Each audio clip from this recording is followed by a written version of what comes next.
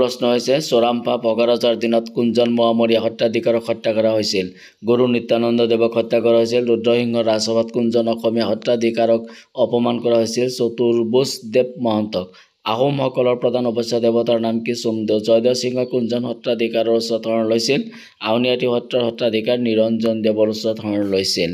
ৰুদ্ৰসিংহ কাৰ ওচৰত শৰণ লৈছিল কেশৱ দেৱৰ ওচৰত শৰণ লৈছিল কৃষ্ণৰাম ভট্টাচাৰ্য কোন আছিল এজন শাক্ত ব্ৰাহ্মণ পণ্ডিত আছিল কোনজন স্বৰ্গদেৱৰ দিনত বৰকৰি ফুলেশ্বৰী অধিক প্ৰতিপত্তিশালী হৈ উঠিছিল স্বৰ্গদেৱ শিৱসিংহৰ দিনত কোনজন স্বৰ্গদেৱৰ দিনত শাক্ত ধৰ্ম গাগৰি উঠিছিল স্বৰ্গদেৱ শিৱসিংহৰ দিনত শাক্ত ধৰ্ম গাগৰি উঠিছিল তাৰপিছত প্ৰশ্ন কোনজন আহোম স্বৰ্গদেৱৰ দিনত পাইকৰ সংখ্যা হ্ৰাস পাইছিল আহোম স্বৰ্গদেৱ ৰাজেশ্বৰ সিংহৰ দিনত পাইকসকলক কেইটা ভাগত ভাগ কৰা হৈছিল পাইকসকলক দুটা ভাগত ভাগ কৰা হৈছিল পাইকৰ ভাগ দুটা কি পাইকৰ ভাগ দুটা হৈছে কাৰি পাইক আৰু চমুৱা পাইক গাগিনী কোন আছিল অষ্টভুজ পুত্ৰ আছিল কীৰ্তিচন্দ্ৰ বৰবৰাৰ কোনটো সত্ৰৰ শিষ্য আছিল দিহিং সত্ৰৰ শিষ্য আছিল মহামৰীয়াসকলৰ প্ৰধান উদ্দেশ্য কি আছিল আহোমৰ শাসনৰ অন্ত পেলোৱা আছিল মহামৰীয়াসকলে পোনপ্ৰথমে কাক ৰজা পাতিছিল ৰমানন্দক ৰজা পাতিছিল কোনজন আহোম স্বৰ্গদেৱৰ আমন্ত্ৰণত ইংৰাজৰ প্ৰথম